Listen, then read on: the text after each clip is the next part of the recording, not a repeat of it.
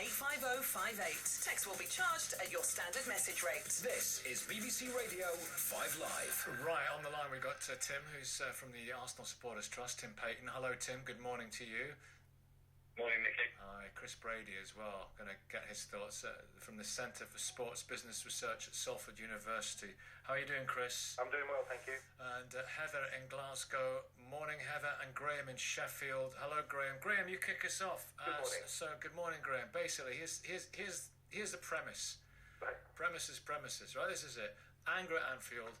They're putting up ticket prices. Fans are going to protest tomorrow. Their biggest price next season is going to be 77 quid. There's going to be a protest in the 77th minute, a walkout. I wonder if there will be, if there's a penalty awarded in the 76th minute. We'll see what happens. But the club's owners overnight posted, then removed. But, it's certainly indicative of a lot of feeling at the moment amongst these big club owners of these franchises. They said that they had an article there entitled Transforming Fans into Customers. So, should football fans accept they are just customers? Graham, what do you think? There's a difference, isn't there, between a football follower and an actual attendee. I think, a brief background, Nicky, I started going to football when I was 5 or 6 years of age in my hometown, Coventry, and grew up as a teenage football vandal. In the 70s. Did you? When the choirs were formed, you all had your own end. Coventry had the West End, and Chelsea had the Bridge, and etc. I mean, taking his phone in a whole new direction. Listen, I was a coward, but I was a shouter, but I was a fanatic. I loved it. When I was 26, I got a job at Coventry City, and I thought, this is it. I'll be there for life. But I became very quickly disillusioned and cynical. And my modern day view is this, that with honourable exceptions, including me, the average football attendee is someone of extremely limited intelligence. And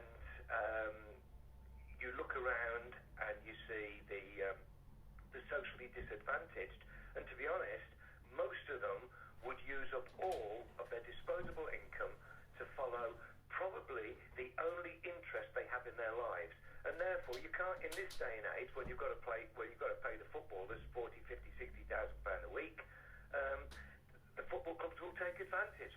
Those people, if you make those prices £77, £87, they'll still go because they'll have nothing else in their lives. I have a phrase which I use quite a lot about modern football. I don't like football. I love it, but I don't like it. I've known women like that in my life, Nick. And if you generalise, like I said, there are honourable exceptions. If you generalise, the game is run by spibs, chancers and gangsters. It's played by morons and it's watched by cretins. And yet I will still be watching Match of the Day on Saturday night while recording it and watching it Sunday morning, because at the highest level, it's still a fantastic spectacle to watch. Now listen, I have so many mental klaxons going during this call. I cannot tell you. Oh, good. Let's get your programme running then. You believe this stuff, do you? Is it checking the post? Oh, I do. What, yeah. Limited intelligence, fans have limited intelligence, nothing else in their lives. Have you listened to 606? It's hugely entertaining. Oh, all right. This matters to people. I understand it's a passion, but with them, it's probably their only passion. Well, you think they need to get perspective? They're not intelligent enough to get perspective. Oh. I've never heard such patronising nonsense. Who's that?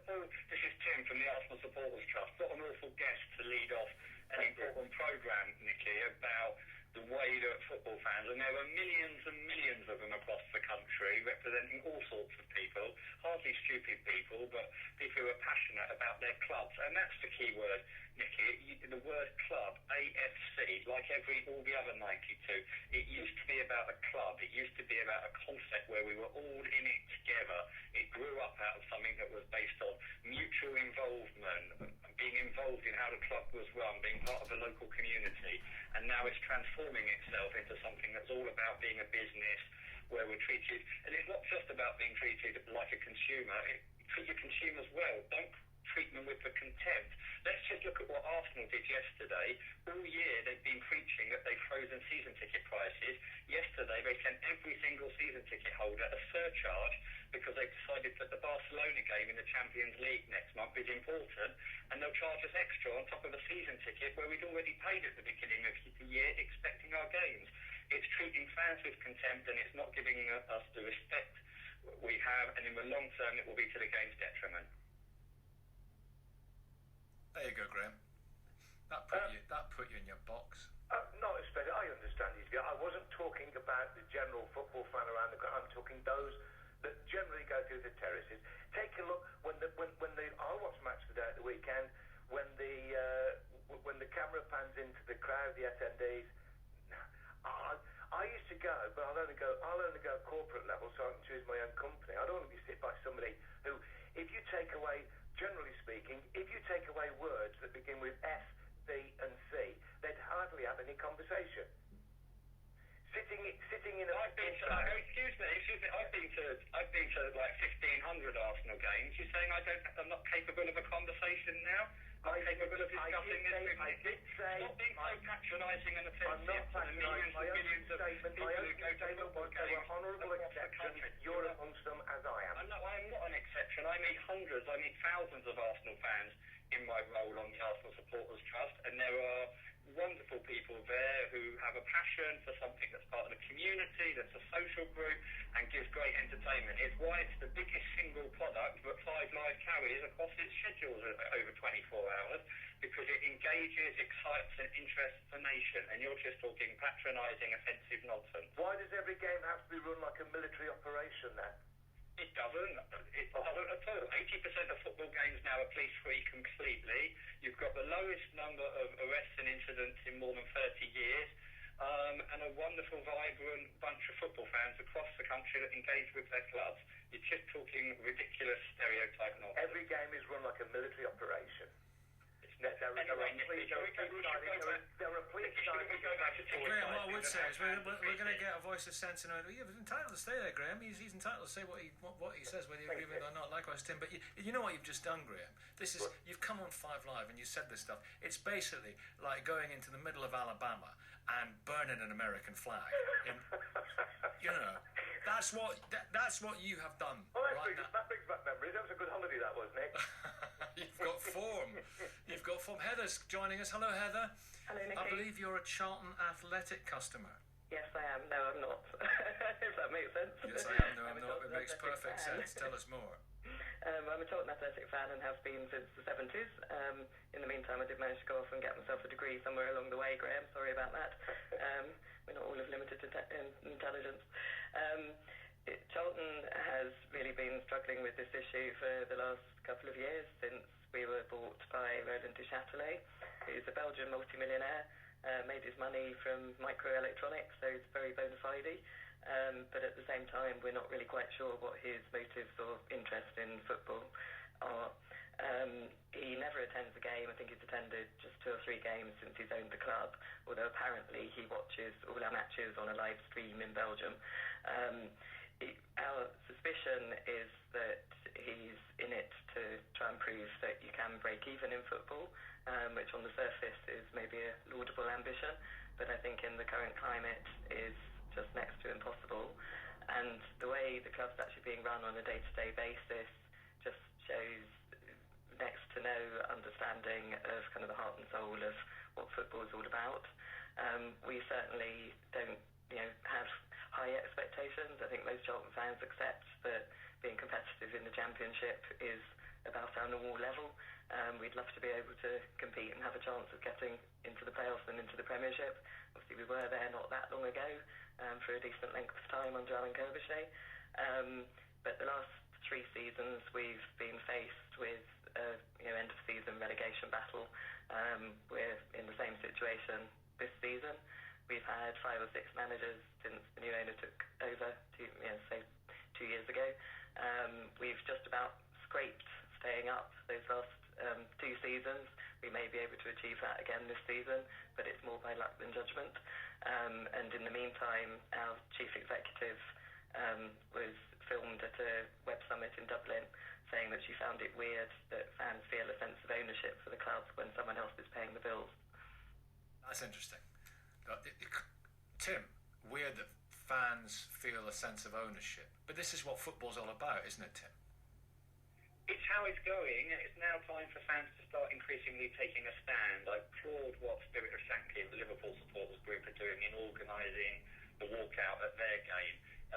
Next week, Arsenal play Leicester, a game that was rearranged at just 22 days' notice for Sky Television, moved to a different day, ruining fans who bought rail tickets in advance to take advantage in cheap prices, or arranged babysitters, or made their plans for the weekend, just 22 days' notice.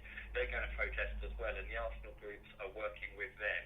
The game is moving against the interest of the fan that goes, and we've got to stand up to it. Do you know, just yesterday at the Premier League board meeting where all the clubs get together, they ratified an £8.4 billion TV deal over 3 years, and at the same time they had a vote, which they took secretly because they were too embarrassed to stand by their decisions, where they voted against using some of that money to lower the tickets for football fans. And sadly, Arsenal were at the forefront of that. And just finally, Nick, I did try and make contact with Arsenal today and challenge their chief executive, Ivan Gazidis, to come on this programme with me and with you so we could debate it and he could be publicly accountable.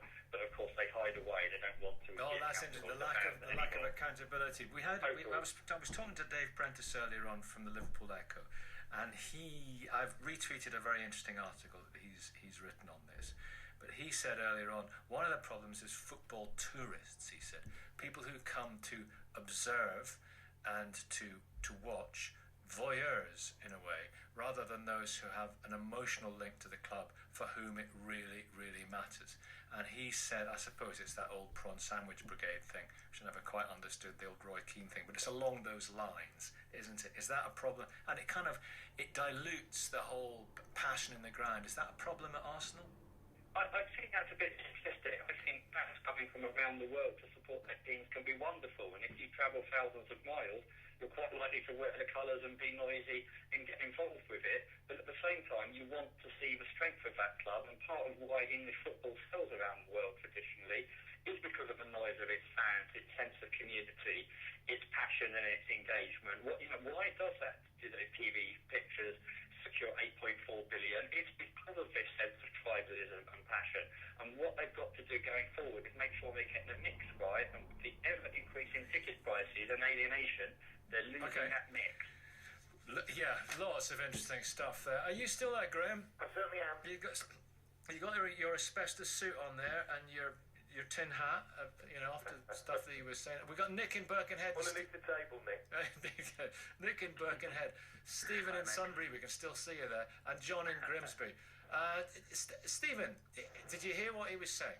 I did, yeah. Is there anything in it? Well, I think at the moment the football is in a two-tier situation. I think we became we became customers. The top 8 clubs in this country became customers the day that Murdoch sat down with the Football Association and signed away football to Sky. And gave all that money to football. And gave all those great players to football. It turned all the... If you're Champions League football, you're a global entity, you are a corporation. I'm an Arsenal supporter. We've moved from Highbury to the Emirates. That was a calculated decision based on financial. It was nothing to do. It's not the same atmosphere as the Highbury. Liverpool was... I heard that Liverpool on this morning complain about being called this. Liverpool spent £600 million in 3 years to try and get into the top table. Now, that sort of money on a club, you are customers.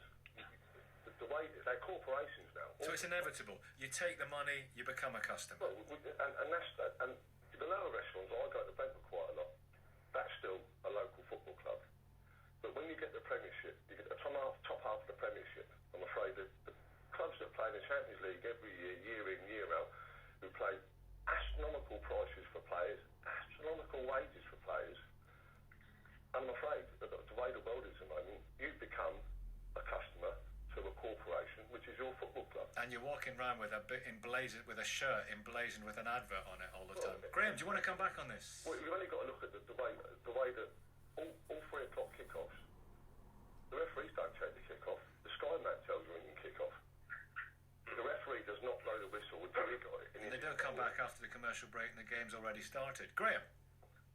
It speaks for what it says. The game changed dramatically, slowly but surely, from 1992 onwards. And the phrase I